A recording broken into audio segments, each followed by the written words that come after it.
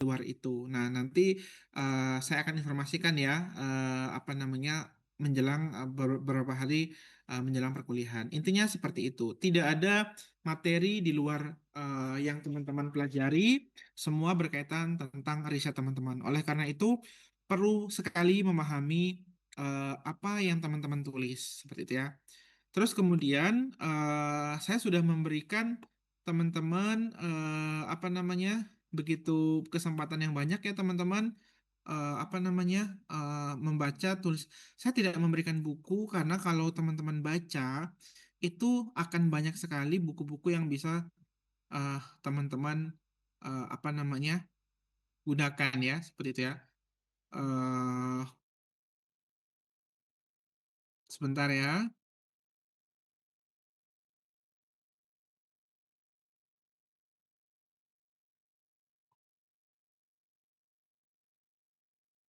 Oke, ini salah satu buku yang simple, walaupun ini juga tidak bisa teman-teman gunakan ya 100% karena teman-teman tetap perlu menggunakan berbagai jenis buku seperti itu. Oke, sebentar. Eh,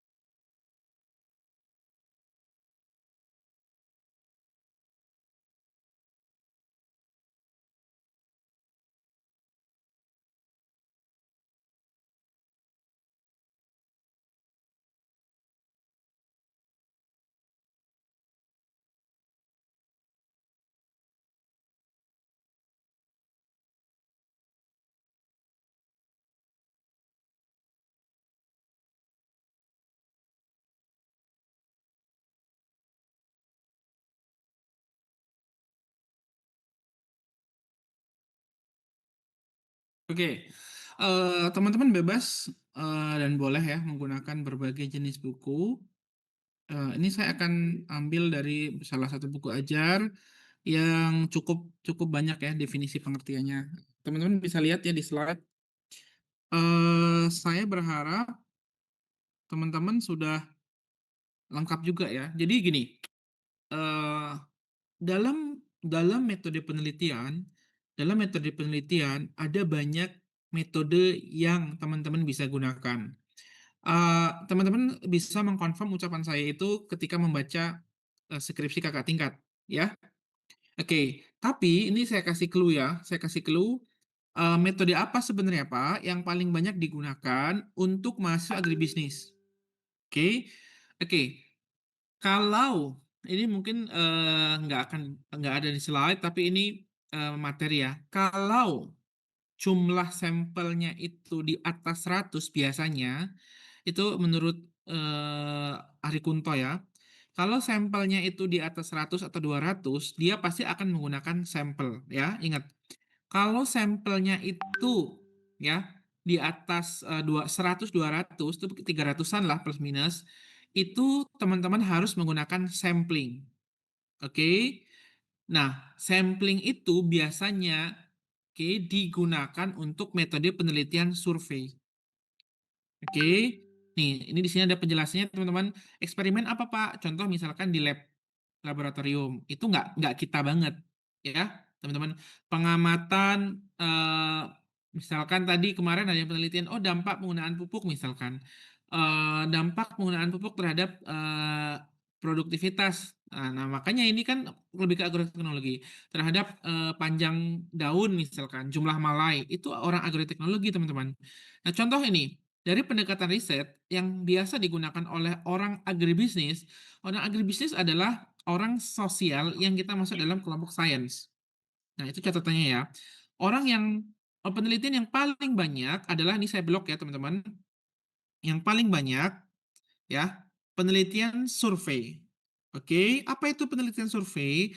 Penelitian survei adalah penelitian yang dilakukan pada populasi besar atau kecil, which is tuh mungkin 500 kecil ya teman-teman, atau 10.000 populasi gitu kan. Tapi kalau untuk anak satu kan tentu biasanya kalau kalian tanya, "Pak, kenapa langsung dibatasi di desa, di kecamatan?" Gitu kan. Karena kalian biar nggak terlalu pusing untuk masalah sampel. Bayangkan misalkan kalian penelitiannya di Kecamatan Salawu. Nah, Kecamatan Salawu itu punya, misalkan ya, punya, 10.000 petani.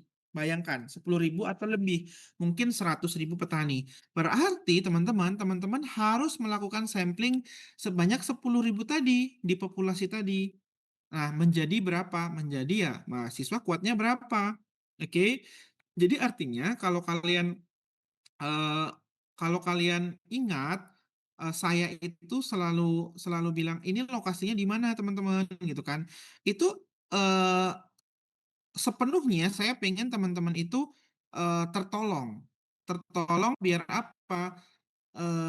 Biar teman-teman, jelas samplingnya, seperti itu ya. Suara saya terdengar? Saya ganti mode ini, terdengar nggak? Mendengar, Pak. Oke. Pertama yang teman-teman akan sering banyak temui adalah metode survei.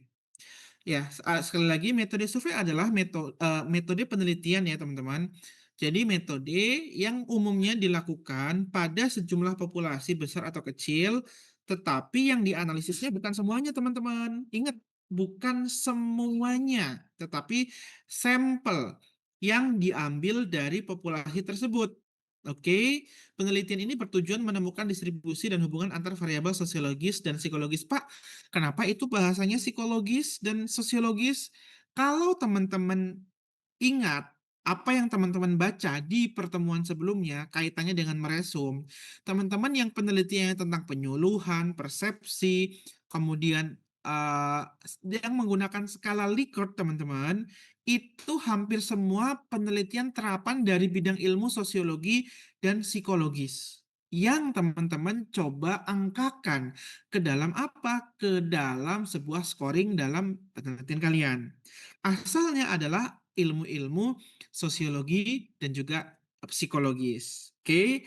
Key point yang harus teman-teman ingat adalah apa sih survei? Survei adalah penelitian, eh, bahasa sederhananya ya, penelitian yang jumlahnya populasi banyak, kemudian teman-teman perkerucut atau persingkat atau persempit dalam sampel. Nah, ini menjawab ke materi populasi. Siapa sih populasi, teman-teman?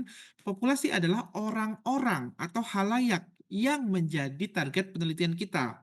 Sedangkan sampel adalah orang-orang yang terpilih. Ingat, terpilih. Oke, jadi artinya bahwa, "Oh Pak, populasi saya 10.000, apakah semuanya akan diambil?" Tentu tidak. Tetapi ada namanya tadi sampel, yaitu orang yang terpilih. Oh, dari 10.000 disampling menjadi 130 misalkan. Nah, itu namanya sampling. Oke, itu penelitian pertama yang yang paling banyak digunakan oleh mahasiswa agribisnis. Oke. Terus yang kedua adalah, Pak, ini di-highlight ya teman-teman. Kalau ditulis dari populasi itu tidak diambil semua, ini saya nggak tahu di sini ada tidak, oh tidak ada, berarti, "Oh Pak, gimana kalau teman-teman menemukan dalam sebuah komunitas itu, apa namanya, sampelnya between Pak, between 50 sampai 100." Kalau teman-teman menemukan itu, namanya samplingnya adalah sampling sensus. Oke, penelitian sensus. Kenapa gitu kan metode samplingnya? Karena apa? Semua responden itu diambil. Pak, kenapa semua diambil? Sekali lagi baca teori sampel. Bahwa kalau populasinya itu maksimal 100, itu diambil semua. Jadi kalau survei tadi, dalam sebuah populasi besar, teman-teman di-breakdown menjadi orang-orang terpilih tadi. Ingat, kalau survei itu ada garis besarnya adalah terpilih, ya, terpilih. Nah, kemudian menjadi sampel tadi. Nah, kalau sensus, tidak ada yang terpilih, teman, tidak ada yang tidak terpilih, teman-teman. Semuanya sudah terpilih. Oke ya? Nah, kemudian, yang ketiga yang paling banyak digunakan oleh mahasiswa agribisnis adalah kombinasi antara studi kasus dan juga, eee, sensus. Contoh misal gini, misalkan saya melakukan sebuah penelitian di, apa namanya, di KWT Mekartani misalkan, oke. Nah, di KWT Mekartani ini jumlah respondennya ada 88.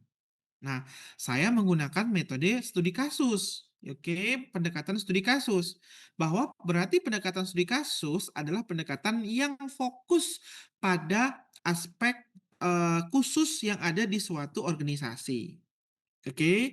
Nah, ketika saya studi kasus, di situ sampelnya, kemudian, apa namanya, hanya 80 tadi.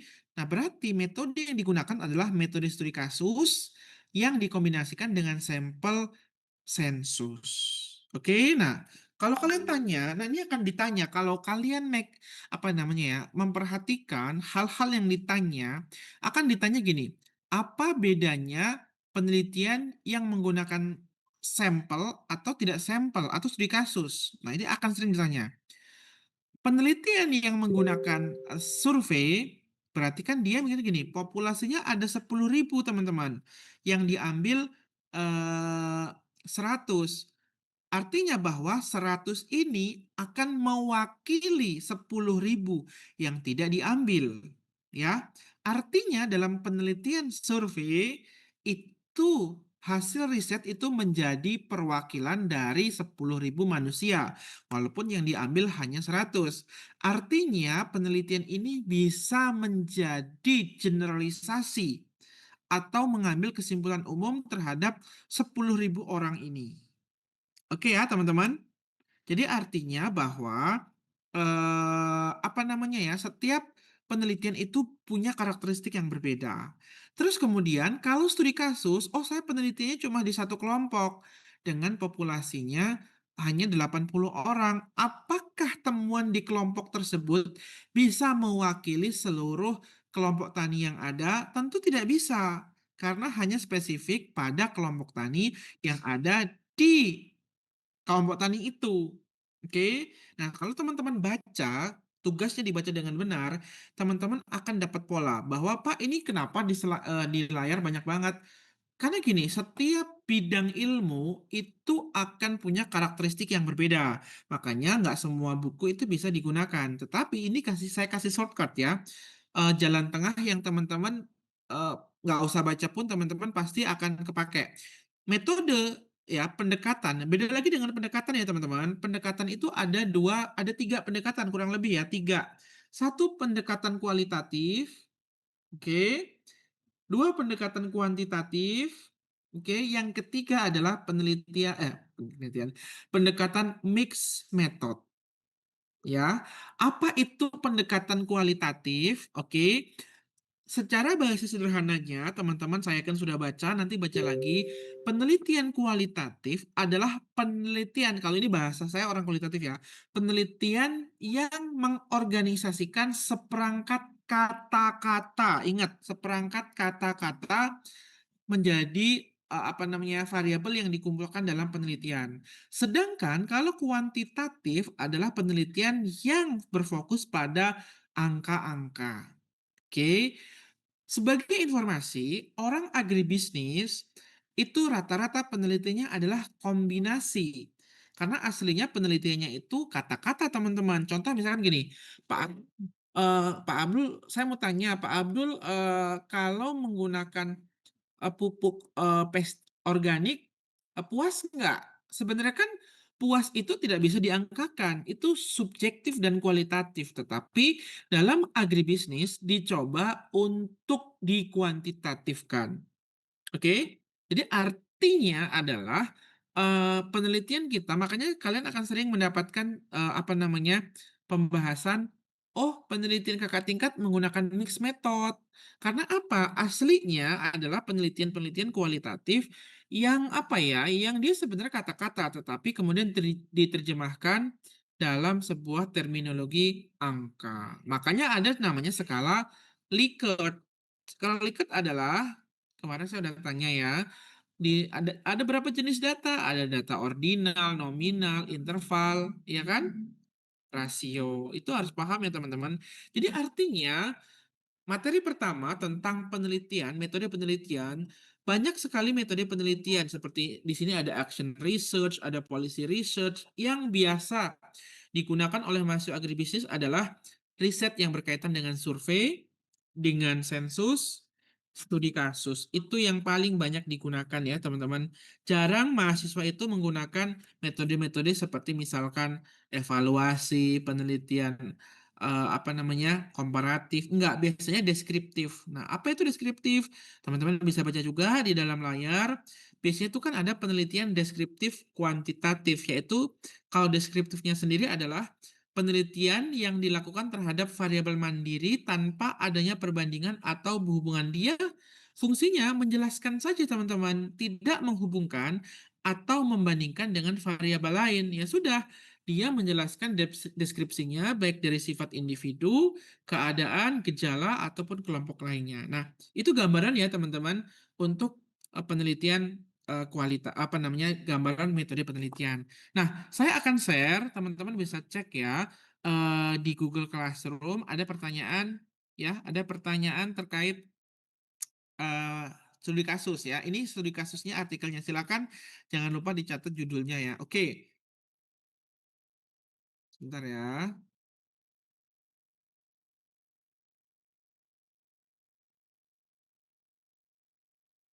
Sebentar, sebentar. Variabel penelitian.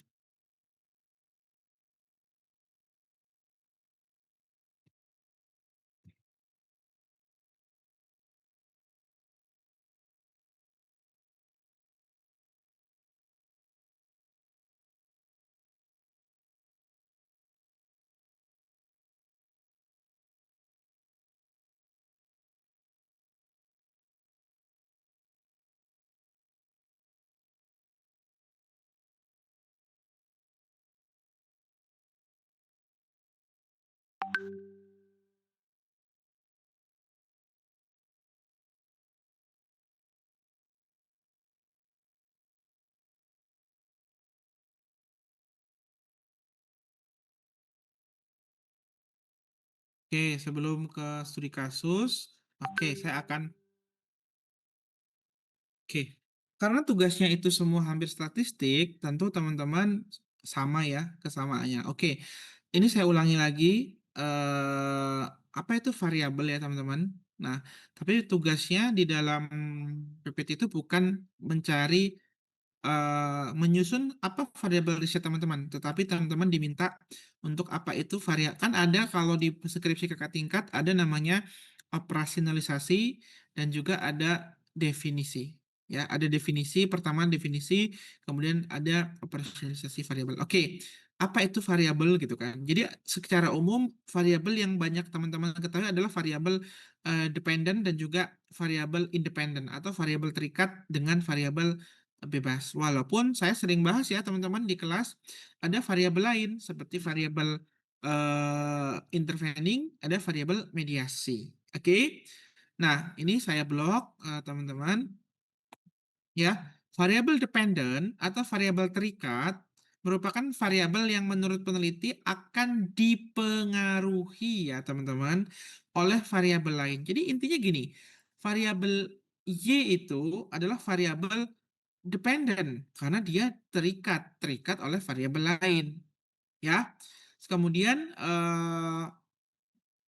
sedangkan variabel yang satunya variabel bebas dia nggak terikat, dia mempengaruhi variabel lain ya. Nah, jadi artinya bahwa ini basic teman-teman yang belum paham apa itu variabel sebenarnya teman-teman.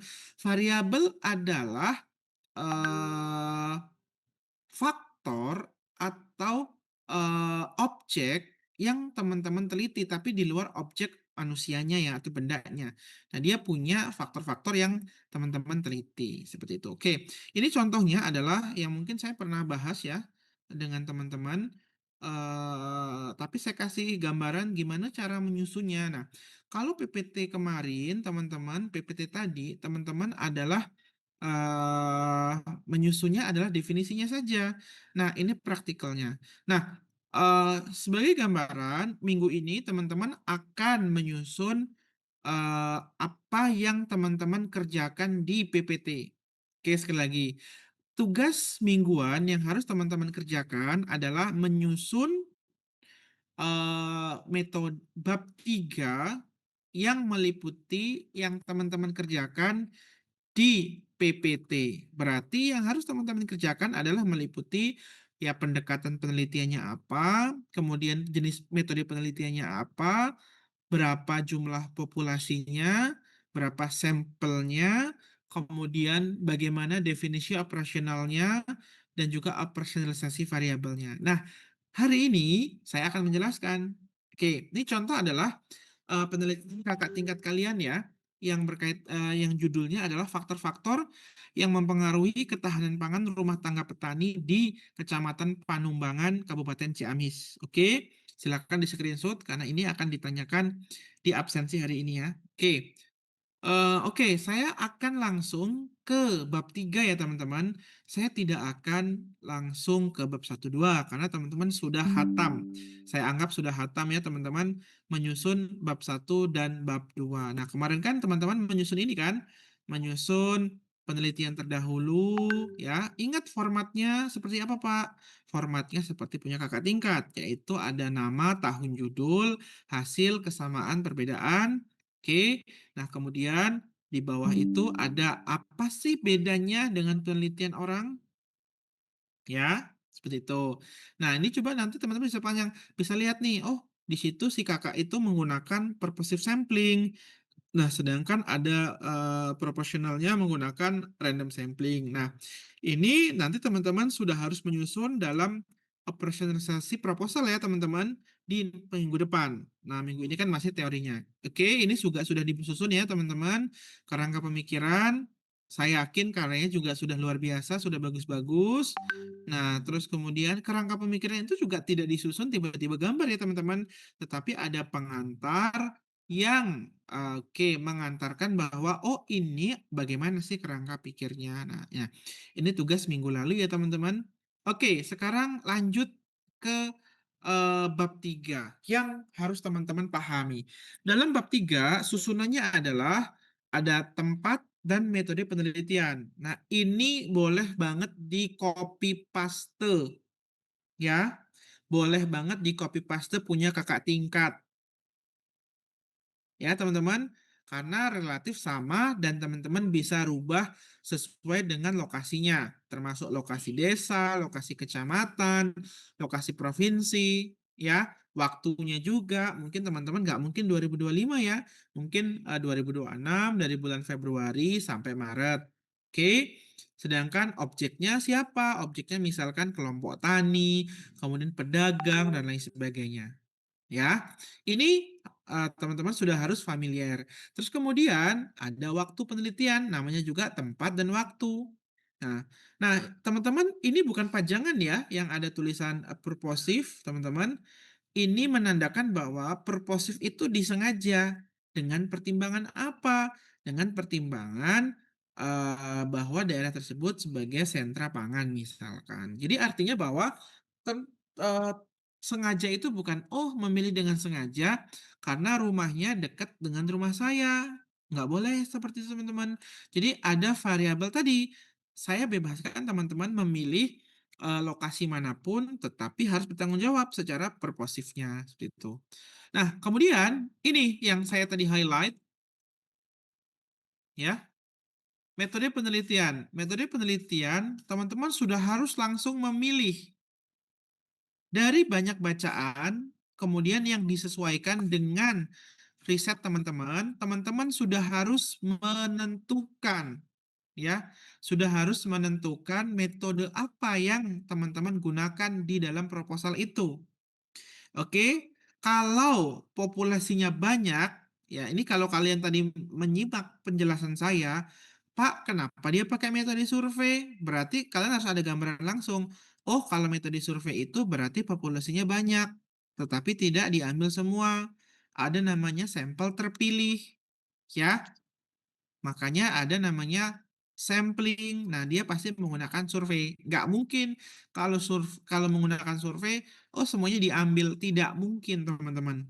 Artinya bahwa ini sampelnya besar, menengah atau besar, tapi diambil dengan teknik sampling. Nah, dia menggunakan metode yang digunakan adalah metode survei. Metode survei merupakan pengamatan data yang dilakukan melalui kuesioner, wawancara terstruktur, dan lain sebagainya dari lokasi alamiah, bukan buatan. Nah, ini menurut Sugiono. Teman-teman boleh kutip dari referensi manapun, selama itu mendukung riset teman-teman. Oke ya. Nah, dijelaskan juga sama dia. Penelitian ini melakukan survei mengenai faktor-faktor yang mempengaruhi ketahanan pangan rumah tangga petani di Kecamatan Panumbangan, Kabupaten Jawa Barat. Oke, nah ini teman-teman tidak bisa sembarangan. Oke ya. Nah, kalau karakteristiknya, makanya ketika teman-teman sudah menentukan lokasi, sudah menentukan apa namanya, orang-orangnya, kelompok tani, di situ hanya teman-teman yang tahu. Apakah itu menggunakan nanti metode survei, atau menggunakan sensus, atau menggunakan studi kasus dan lain sebagainya, atau kombinasi. Ya, teman-teman, itu sudah harus dipahami. Seperti itu. Nah, terus kemudian sampling. Nah, ini hati-hati teman-teman yang merasa penelitiannya tidak ada populasi, terutama yang penelitiannya menggunakan apa namanya ya, preferensi konsumen. Ya, saya udah pernah bilang preferensi konsumen itu sampelnya beda dengan survei ataupun yang lainnya. Mungkin metodenya survei, tetapi dia samplingnya berbeda. Oke ya, teman-teman. Nah, dalam penulisan populasi dan sampel itu di sini sudah dijelaskan ya teman-teman. Lihat di gambar bahwa lihat populasi merupakan wilayah generalisasi yang terdiri atas subjek ataupun objek ya. Subjek ataupun objek. Pak, kenapa subjek ataupun objek ya tergantung risetnya. Kalau kita kan manusia risetnya, berarti kita pakainya subjek, gitu ya. Yang memiliki kualitas dan karakteristik tertentu. Oleh karena itu, gunanya pembatasan di depan di wilayah itu adalah membatasi wilayah generalisasinya. Nggak bisa tiba-tiba, Pak, saya mau penelitiannya kota Tasik. Ya, teman-teman harus bertanggung jawab dong. Di kota Tasik itu ada 1 juta manusia. Gimana cara ngambilnya? Ya, jadi ada namanya limitation atau batasan. Seperti itu ya. Nah, kemudian dia dijelaskan bahwa populasinya merupakan wilayah ini, dan populasi ini adalah seluruh petani aktif di Kecamatan Panumbangan, Kabupaten Ciamis. Ya, inilah penelitiannya skalanya kecamatan ya, teman-teman. Nah, kemudian kan populasi petani di Ciamis kan banyak tuh di Panumbangan, misalkan ada 10.000 petani. Kan tidak mungkin yang bersangkutan itu mengambil semua kan, teman-teman? Nah, dia menggunakan namanya dipecah lagi, samplingnya menggunakan purposive sampling. Ya, purposive sampling. Apa itu purposive sampling? Purposive sampling adalah sampling yang dipilih secara sengaja. Dia kemudian, ini ada kata-katanya, penentuan lokasi penelitian dilakukan secara purposive sampling, yaitu teknik penentuan lokasi secara sengaja berdasarkan pertimbangan tertentu yang sesuai dengan tujuan penelitian dia. Nah, kemudian dasarnya dia menggunakan Food Security and Vulnerability Atlas atau VSVA dari Kabupaten Ciamis dan Balai Penyuluhan Pertanian. Nah, dia mengidentifikasi bahwa dari 14 desa, nih 14 desa teman-teman, ternyata ada perbedaan wilayah berdasarkan kompositnya, yaitu komposit 4 dan juga komposit 6. Nah, oleh karena itu teman-teman, dia memilihlah ada 4 desa teman-teman yang mewakili baik itu di komposit 4 dan juga komposit 6. Nah, dipilih sama dia. Nah, lahirlah Desa Sindang Barang, Buana Mekar, Golat, dan juga Sindang Herang. Ya, Pak, bisa ya Pak? Bisa. Karena kalian punya batasan waktu, punya batasan tenaga, punya batasan uang. Nggak mungkin satu kecamatan diambil karena penduduknya banyak sekali ya teman-teman. Nah, dia menggunakan teknik purposive sampling. Nah, ada 4 desa yang dipilih dengan pertimbangan tadi mewakili masing-masing komposit, yaitu komposit 4 dan komposit 6. Nah, dapatlah ini populasinya. Ingat ini populasi petaninya, belum disampling ya. Nah, udah dapet ini teman-teman, ini baru tugas kita akan mensampling karena jumlah populasinya, ingat populasinya adalah 1559. Dia harus membreakdown menjadi populasi terpilih atau yang disebut sebagai sampel. Oke, menjadi sampel. Setelah itu dia menggunakan rumus Slovin. Oke, N sama dengan N besar dibagi 1 ditambah N besar kuadrat dari margin error. Nah, ini nanti di minggu depan teman-teman akan saya minta menjelaskan penelitiannya masing-masing berkaitan dengan sampel dan juga apa namanya, operasionalisasi variabel. Oke ya. Nah, setelah itu dia menghitung dari 1559. Nah, oke, dengan N kecilnya jumlah sampel, N besarnya jumlah populasi, E-nya margin error. Dia menggunakan margin error 90%. Oke, hacknya adalah orang agribisnis kebanyakan menggunakan 90% atau 95%. Ya, kalau dia menggunakan 90%, berarti margin error-nya ada berapa? Ada yang tahu? Tentu margin error-nya bukan 90%, tetapi margin error-nya adalah 10%. Kalau dia menggunakan 95, berarti margin error-nya adalah 5%. Oke, kalau di sini ditulis margin error 95, berarti yang di bawah pengalinya adalah bukan 0,10, tetapi 0,05. Oke, jangan kaget ya teman-teman. Pak, kenapa 0,10? Anggapannya saat 100 itu dikonversi ke 1, ketika tingkat kepercayaannya 90%, berarti ada 0,10 ya teman-teman. Jadi dia menggunakan margin errornya 0,10% ya. Karena dia menggunakan tadi adalah marginnya 90%. Sehingga diperoleh tingkat margin errornya 10%. Kemudian dia menghitung 1559 dengan rumus sekian, dia dapatlah 93,97 dibulatkan ke atas menjadi 94%. Oke, apakah sampai di situ? Belum. Belum, karena apa? Ada 4 desa. Nah, kalian punya PR. Oh, Pak, desanya ada 4. Terus yang mewakili desanya 4 gimana, Pak? Dibagi 4 ya? Oh, tidak boleh, teman-teman. Teman-teman harus menghitung lagi sesuai dengan perwakilan masing-masing desa. Oke. Nah, ingat tadi ada data di atas bahwa setiap desa sampelnya populasinya sedemikian rupa nih. Sindang Barang 479, Buana Mekar 516, Golatnya 376, kemudian Sindang Herang 188. Ini yang akan menjadi pembagi jumlah sampel total. Nah, kemudian ini yang dinamakan proportional stratified random sampling. Pak, berarti dalam sampling itu ada 3 ya, Pak? Betul. Ya, pertama lokasinya dipilih secara purposif, ya teman-teman. Terus kemudian teman-teman menggunakan perhitungan ini. Nah, yang kedua adalah tadi purposif, setelah itu baru namanya proportional random sampling. Apa itu proportional random sampling?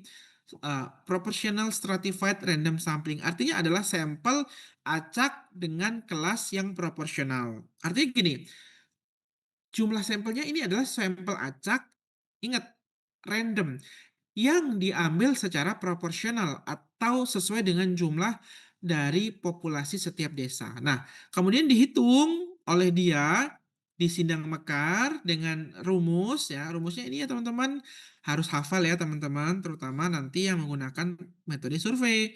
Nah, eh, sampel tiap desa adalah jumlah dari populasi tiap desa dibagi populasi keseluruhan dibagi jumlah sampel ya. Ya, dapatnya ini Sindang Barang dapatnya itu 29, 28,88. Kemudian Buana Mekar dapatnya 31,11 dibulatkan menjadi 31. Kemudian apa namanya? Aduh, oke.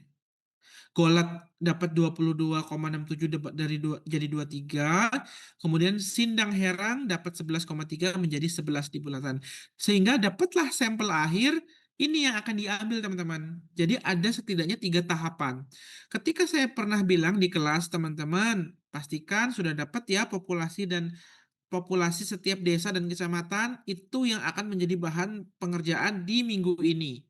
Ya, di minggu ini teman-teman sudah harus menyusun ini semua, ya, kaitannya dengan sampel. Oke? Nah, terus dia tambah lagi teman-teman. Oke, itu kan untuk menentukan jumlah. Nah, gimana sih mengambil sampelnya? Karena dia telah survei, dia bilang bahwa tidak semua bisa diwakili, misalkan, atau tidak semua bisa menggunakan acak, makanya dia menggunakan accident sampling, yaitu sampling yang memilih petaninya itu secara acak di mana dia ketemu. Misalkan dia ketemunya sama si A, ya dia akan menjadi sampelnya dengan sejumlah ini. Setiap desanya beda-beda. Seperti ya. Jadi Pak rumit, ya penelitian tidak tidak ada yang sederhana ya teman-teman. Teman-teman makanya harus paham di materi yang telah diresum. Apa itu metodenya, apa itu populasi, sampel, gimana menentukan sampel. Nah, ini yang menjadi PR. Kalau teman-teman penelitiannya di sebuah desa atau di sebuah kecamatan, tentu teman-teman dengan mudah mengidentifikasi populasinya kan? Tetapi yang menjadi pertanyaan, Pak, saya penelitiannya di pasar, populasinya nggak ngerti berapa. Saya tahu populasinya Pak yang beli, tetapi nggak bisa jumlahnya. Oke, ini saya kasih clue ya teman-teman. Ya, gunakan salah satunya menggunakan rumus linear time function. Cari ya, itu buat yang teman-teman menggunakan preferensi konsumen. Nah, saya nggak akan ngulangi lagi ya rumusnya ya. Itu untuk populasi atau sampel yang tidak diketahui jumlahnya. Ya, bukan menggunakan ini. Karena ini sudah harus diketahui jumlahnya di depan. Baik itu populasi secara keseluruhan ataupun sampelnya. Oke, ada pertanyaan sampai sini? Boleh bertanya berkaitan dengan, oke, Saiful Jamil. Boleh bertanya berkaitan dengan riset kalian ya. Karena setelah ini saya akan move to definisi operasional. Oke, silakan Saiful Jamil. Time is Eh, yours. izin bertanya terkait eh, populasi ya Pak. Kan tadi di penelitian ini itu populasinya itu ada data dari BPP gitu ya Pak. Nah sedangkan Ya, kalau kalau penelitian yang saya sekarang ini itu di desa, jadi di desa Bojongkapol. Berarti pembagiannya hmm, itu boleh per RW per RT atau seperti apa gitu Pak? oke. Kamu apa judulnya? Pengaruh peran kelembagaan dan risiko produksi terhadap keputusan produksi gula aren skala rakyat, skala usaha rakyat. Oke, kamu harus tahu riset kamu itu, populasi kamu itu database-nya masuk di mana? Apakah dia masuk di BPP? Apakah masuk di dinas UMKM atau industri? Itu basicnya. Atau nggak ada di mana-mana. Jadi kamu harus survei manual, ya. Jadi Saiful Jamil, ini teman-teman, saya bilang, skripsi adalah tugas yang mudah, tapi bertanggung jawab. Saiful Jamil tadi memilih, Pak, saya mau ini Pak, UMKM, gula aren ya. Jadi kamu harus dapat data, misalkan Pak, gula arennya banyak Pak, ada 70 dari mana? Datanya dari sini Pak. Teman-teman, makanya saya selalu bilang, ketika teman-teman mengambil sebuah riset, itu teman-teman sudah ada gambaran. Saya ada kenalan nih di sini, bisa bantu saya provide data. Kemudian saya ngubungin siapa nih ketika saya butuh data. Oke, jadi artinya Saipul, kamu pastikan dulu bahwa populasi itu ada di mana. Apakah di BPP? Harusnya enggak ya. BPP nggak ngurusin industrinya kecuali kalau yang kamu tanya adalah petani aren itu masuknya di BPP mungkin ya, tapi kalau kamu tanyanya atau makanya gini, Pak, nggak ada data, bukan nggak ada data teman-teman, kalian salah tanya. Kalau kalian tanyanya di BPP, dia adalah fokus tanaman yang ditanam. tidak fokus pada agroindustri atau usahanya. Kalau kalian tanyanya masalah agroindustri, itu tanyanya di UMKM, Dinas Koperasi Agroindustri dan lain sebagainya. Oke. Nah, jadi artinya semua nanti bukan akan ya, wajib mencari data baik populasi. Nah, misalkan gini, Saiful Jamil, "Oh ya Pak, saya sudah dapat nih Pak dari Dinas Koperasi, populasinya ada 150 misal ya. Itu tersebar Pak, berapa kelompok, eee, usaha. Nah, berarti Saiful harus mem-breakdown seperti ini menggunakan namanya proportional random sampling dari jumlah kelompok-kelompok yang tadi. Karena biasanya kan ada kelompok tuh, kelompok pengrajin nira. Nah, itu harus dapat tuh data-datanya, data awal sehingga Saiful bisa melakukan justifikasi kaitannya dengan riset Saiful nanti jumlahnya berapa.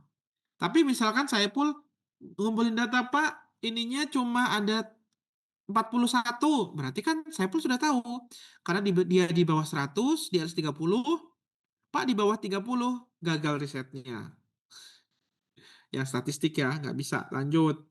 Tapi kalau Pak sampelnya 35 Pak, berarti Saiful udah tahu sampelnya nggak pakai ini. Pakai apa namanya? Apa Saiful tadi?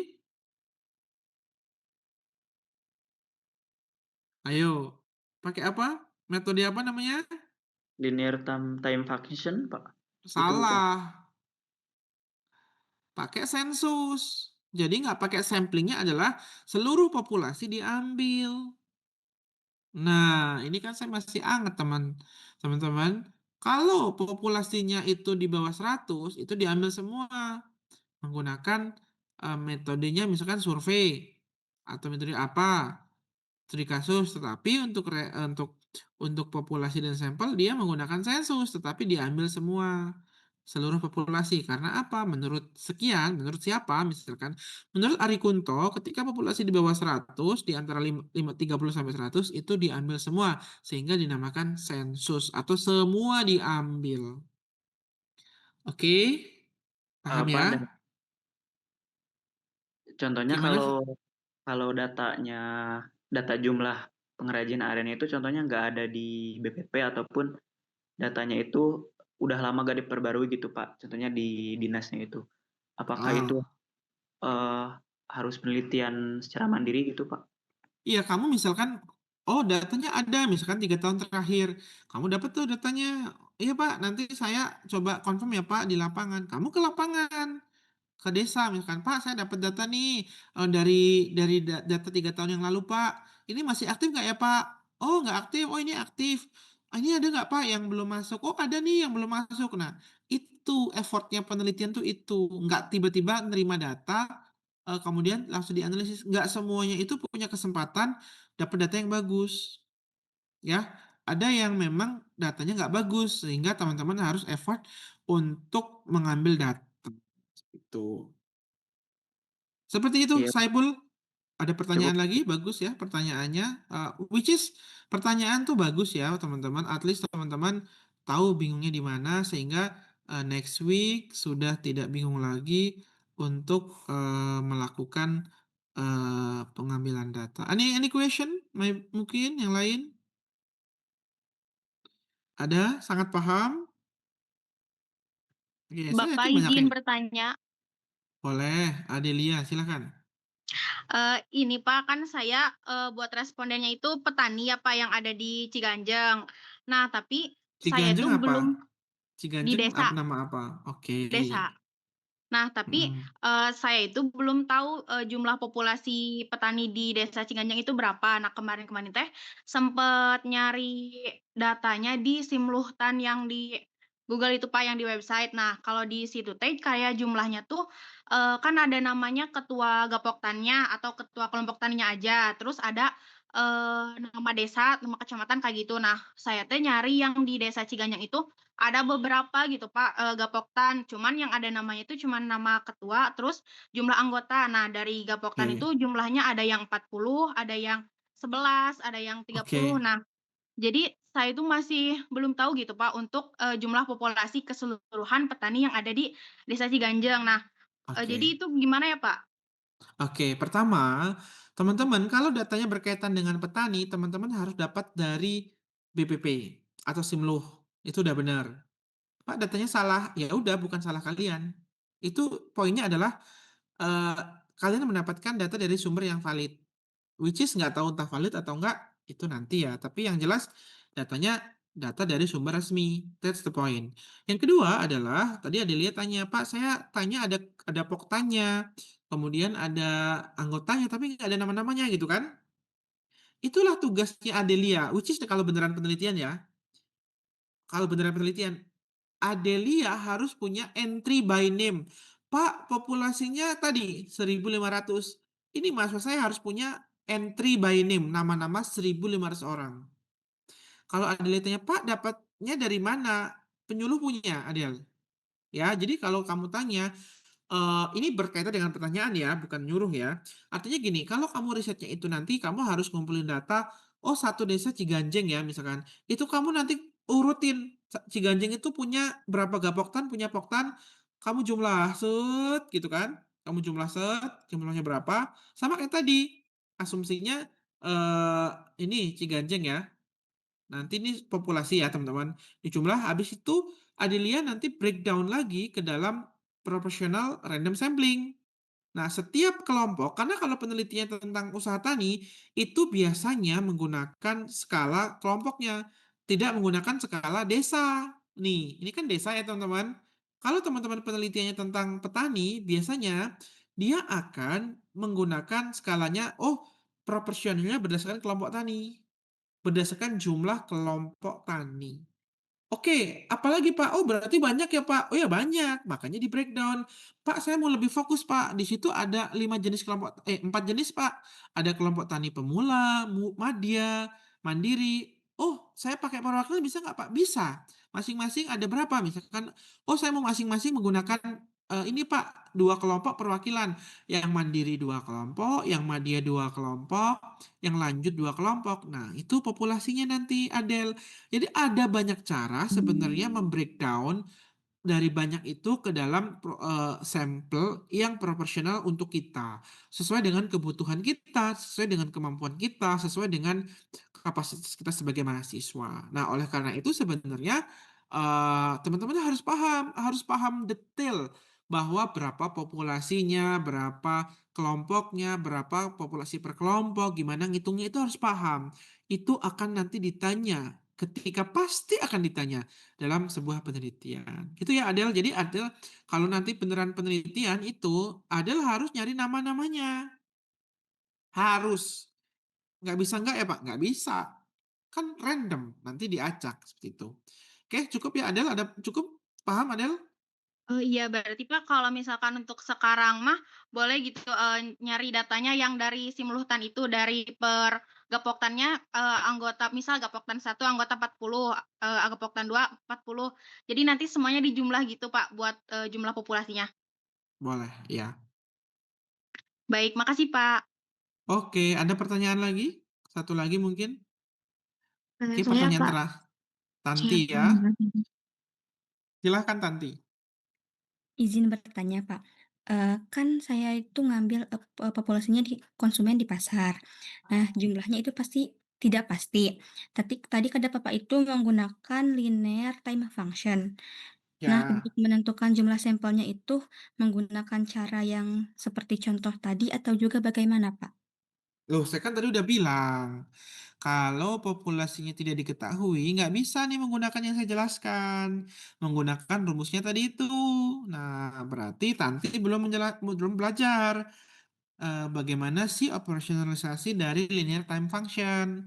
Kalau udah belajar, Tanti akan tahu, oh ini fungsi linear time function.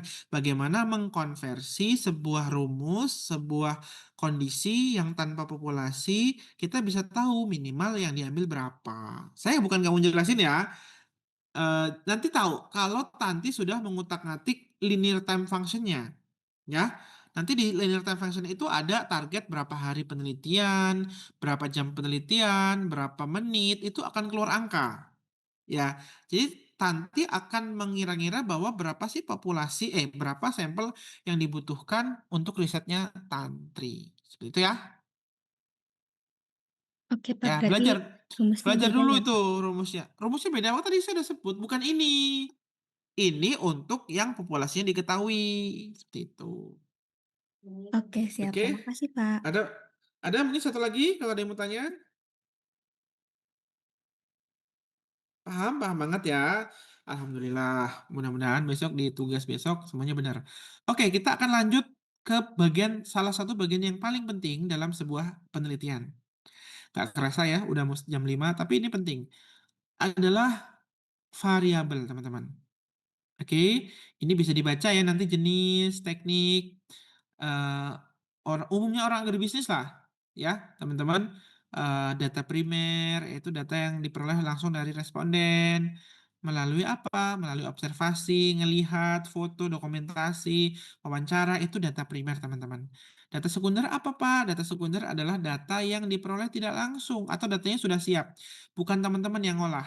Misalkan dia data dari BPS, misalkan dia data dari, Badan Pangan Nasional, terus kemudian dari instansi tertentu yang mendukung riset. Oke, ini intermezzo walaupun saya tidak memberikan penjelasan ya teman-teman. Oke, sekarang adalah hal yang paling penting, yang sering banget salah. Ini saya bilang hal yang paling sering salah. Dalam penelitian agribisnis itu ada 2 yang berkaitan dengan variabel. Yang pertama adalah definisi, yang kedua adalah operasionalisasi variabel. Oke, teman-teman, perhatikan apa itu definisi, teman-teman. Oke, definisi adalah, ini kata-kata saya ya, definisi adalah penjelasan tentang variabel atau indikator yang diteliti mahasiswa atau seseorang. Jadi dijelaskan, contoh, penelitian ini ada pendapatan rumah tangga, ada X1. Dia dijelaskan, apa itu pendapatan rumah tangga? Pendapatan rumah tangga merupakan total penerimaan yang diperoleh dari hasil usaha tani, luar usaha tani, non pertanian dalam 1 bulan yang diterima oleh seluruh anggota petani. Ingat, ini definisinya dan kuesionernya harus sama dengan ini. Berarti ada pendapatan dari usaha tani, ada pendapatan dari luar usaha tani, ada pendapatan non pertanian. Oke, definisinya. Yang kedua adalah dia ukur juga jumlah anggota keluarga adalah banyaknya orang yang menjadi tanggungan kepala keluarga dalam rumah tangga. Nah, dalam beberapa riset ini langsung dikasih satuan. Misalkan jumlahnya orang, kalau pendapatan jumlahnya dalam rupiah. Oke, begitu juga tingkat pendidikan yaitu langsung dijelaskan. Pak, ini pendidikannya apa? Ada perbedaannya teman-teman, ini langsung dijelaskan. Merupakan jenjang pendidikan formal terakhir, ya, yang ditempuh kepala keluarga. Kenapa nggak semua Pak? Lah bayangin di situ ada 5 orang, suruh tanya pendidikannya semua. Nah, makanya yang dihitung adalah biasanya kepala keluarga. Begitu juga usia kepala keluarga, yaitu merupakan usia petani yang dinyatakan dalam tahun. Nah, ini contohnya, dia langsung bilang dalam tahun. Nah, ini sebenarnya masih salah ya teman-teman. Harusnya pendapatan itu yang dinyatakan dalam rupiah, ya. Kemudian jumlah anggota keluarga yang dinyatakan dalam jumlah orang. Tingkat pendidikan yang dinyatakan dalam, satuan pendidikan atau tahun, gitu ya. Jadi, definisi operasional itu semua yang teman-teman teliti dalam variabel itu wajib dijelaskan, semua, baik variabel ataupun indikator, ya. Dan ini kemudian nantinya akan di-breakdown ke dalam kuesioner, harus sama persis. Ya, oke. Kemudian, "Pak, saya penelitiannya ke misalkan, ini Pak faktor-faktor yang mempengaruhi, minat petani mengusahakan komoditas ini." Teman-teman harus tahu faktor-faktornya apa, diterjemahkan semua, teman-teman. Ya, ini definisi variabel. Nah, yang paling penting adalah salah satu yang terpenting adalah operasionalisasi variabel. Ini oleh orang agribisnis di Unsil ya, biasanya ditulis dalam bentuk tabel. Ini sebentar saya enter dulu ya. Oke, dia formatnya begini teman-teman, operasionalisasi variabel ya. Nah, variabelnya ditulis di sebelah kiri. Kemudian ini dijelaskan, berarti faktor-faktornya itu X ya, teman-teman. Faktor-faktor yang mempengaruhi ketahanan pangan ada X1, X2, X3, nggak perlu dijelaskan lagi, teman-teman. Ya, tapi di sini di indikator dijelaskan dengan bahasa yang lebih singkat. Nih, total pendapatan rumah tangga petani per bulan dari on farm, off farm, dan juga non farm. Ini sebenarnya yang indikator ini, teman-teman, penjelasannya itu mengikuti di atas, tetapi dengan bahasa yang lebih singkat. Tapi di sini ada skalanya, teman-teman. Saya pernah bilang kan, teman-teman harus hafal ya, apa jenis-jenis skala, ada rasio, ordinal, nominal, dan juga interval. Itu beda ketika teman-teman menggunakan SPSS, data ini harus di MSI-kan. Ya, ini sudah hatam ya di mata kuliah statistik non parametrik. Nah, kemudian di sini skornya langsung dijelaskan. Kalau pendapatan berarti dinyatakan dalam rupiah. Kalau jumlah keluarga dinyatakan dalam jumlah orang atau jiwa. Kalau pendidikan dinyatakan dalam tingkat pendidikannya SD 1, SMP 2, SMA 3, perguruan tinggi 4. Nah, dari usia kepala keluarga. Nah, dia dinyatakan dalam skala Likert dengan dengan jarak 10 tahun, teman-teman. Dari minimal kurang dari 20 tahun, 21 sampai 40, 41 sampai 60, ini 20 tahun ya, teman-teman. Kemudian di atas 60 seperti ya. Nah, kemudian ini yang saya bilang tadi, Pak, kenapa tadi di depan ada variabel psikologi, sosiologi? Nah, ini ketersediaan modal variabel X5 itu tidak menggunakan data Eee, rasio, teman-teman. Dia menggunakan data apa? Data ordinal. Jadi sangat tidak setuju skornya 1, tidak setuju skornya 2, setuju skornya 3, sangat setuju skornya 5. Oke, sebagai gambaran, skala Likert, ini pakai skala Likert ya, teman-teman, itu skala psikologi. Yang aslinya skalanya itu 1 sampai 5 atau ganjil. Tetapi sekarang, di era sekarang, banyak sekali skala-skala yang dibuang. Contoh misalkan kalau 5, yang tengah itu dibuang. Kenapa Pak dibuang? Karena ketika diberi skalanya itu cukup, biasanya atau ragu-ragu, orang akan memilih ragu-ragu. Sehingga menghindari bias atau bias. Ya teman-teman. Jadi artinya ini modifikasi. Boleh nggak Pak saya pakai 4 seperti kakak ini? Boleh, tetapi harus dicari juga referensi yang mendukung kenapa sih jawabannya itu 4, bukan 5, atau 3, atau 7. Ingat, skala Likert itu ganjil ya teman-teman, dimulai dari 3. 3, 5, 7, atau 9. Ya, tapi biasanya yang digunakan oleh orang agribisnis itu skalanya 5 atau 4. Ada juga yang 3 ya. Jadi sesuai dengan kebutuhan. Nah, ini opportunity variable itu menjadi hal yang penting dan ini akan di-breakdown ke dalam kuesioner. Ini akan ditanya semua teman-teman. "Oh Pak, mau ketersediaan modal ada 5 ya Pak di situ." Ini 5-5-nya akan menjadi pertanyaan penelitian yang dijelaskan di dalam kuesioner, ya. Nah, akan dijawab responden, setuju, sangat tidak setuju, setuju, atau sangat setuju. Nah, teman-teman tolong belajar ini jenis data. Ya harus belajar karena besok akan nyusun kan. Dan analisis data nanti akan diajarkan oleh Pak Teddy. Teman-teman harus paham ya. Analisis data itu tergantung skalanya. Kalau menggunakan skala ordinal, dia tidak bisa langsung dianalisis menggunakan SPSS. Dia harus menggunakan namanya MSI. Tolong dihafalkan ya. MSI. Ya, apa itu MSI? Ya, masif suksesif eee eee, interval ya, bahasa Inggrisnya ya. Data masif, yang data interval dari skala ordinal, MSI namanya. Masif suksesif interval. Jadi artinya data-data ini harus diolah dulu teman-teman ke dalam, MSI yang biar bisa diterjemahkan. Nah contoh misalkan gini, "Pak, saya penelitian tentang penyuluhan." Ya udah ditanyain tuh, ada pertanyaan skala penyuluhan yang dicontoh, misalkan gini, "Oh, si mahasiswa ini ingin melihat bagaimana pengaruh penyuluhan terhadap, ketahanan pangan kan?" Dia tanya, bagaimana sih tingkat frekuensi mengikuti penyuluhan? Sesuai nggak sih materi penyuluhannya dengan kebutuhan petani? Apakah ada penerapan hasil penyuluhan terkait dengan ketahanan pangan? Bagaimanakah informasi gizi dan pangan dari penyuluhan dan bagaimana sih dampak penyuluhan terhadap pengetahuan dan ketahanan pangan? Nanti kan jawab respondennya, sangat setuju, tidak setuju, kurang setuju misalkan. Nah, nanti teman-teman wajib melakukan tabulasi. Nah, itu ya teman-teman. Jadi, apa yang harus teman-teman kerjakan di minggu ini adalah tadi dari awal metode penelitian sampai pada operasionalisasi variabel. Nah, ini nanti akan diperkuat oleh Pak Fakih dan juga Pak Teddy ya teman-teman. Minggu ini yang akan dikumpul pada tugas 1.3 atau 1.4 ya. Seperti itu.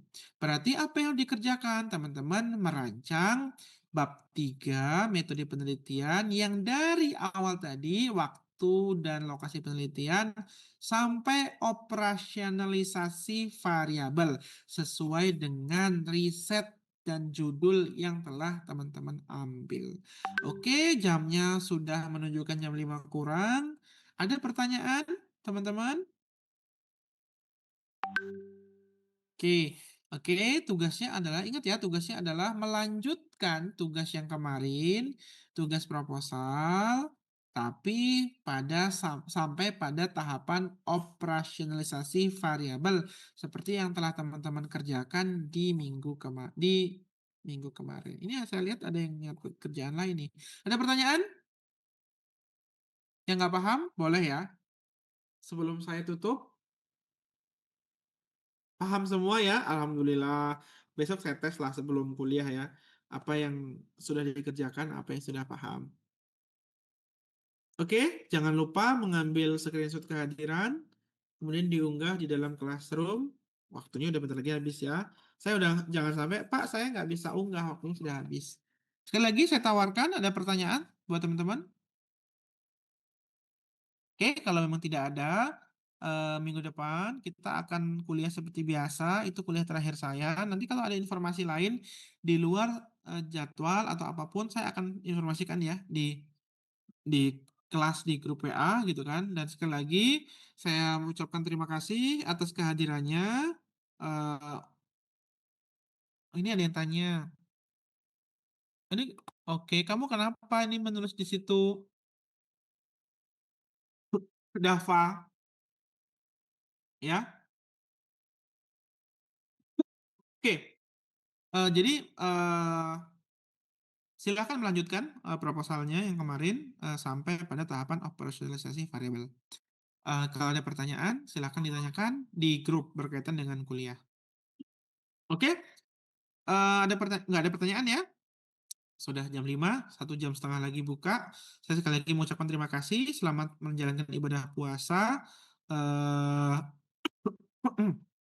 yang baik yang puasa pertama ataupun puasa kedua ini saya kayaknya ada yang ngomong ini, it's okay, no worries. Sekali lagi, mudah-mudahan teman-teman paham apa yang kita bahas hari ini berkaitan dengan metode penelitian. Sekali lagi, bertanggung jawab terhadap judul yang teman-teman ambil dan juga harus memahami apa yang teman-teman ingin teliti dalam kuliah ini. Oke, kalau memang tidak ada pertanyaan, sekali lagi saya ucapkan terima kasih. Saya mohon maaf kalau ada kesalahan. Saya akhiri, wabillahi taufiq wal hidayah. Wassalamualaikum warahmatullahi wabarakatuh. Selamat siang, selamat sore, selamat berbuka puasa, dan selamat melanjutkan aktivitas. Izin live ya.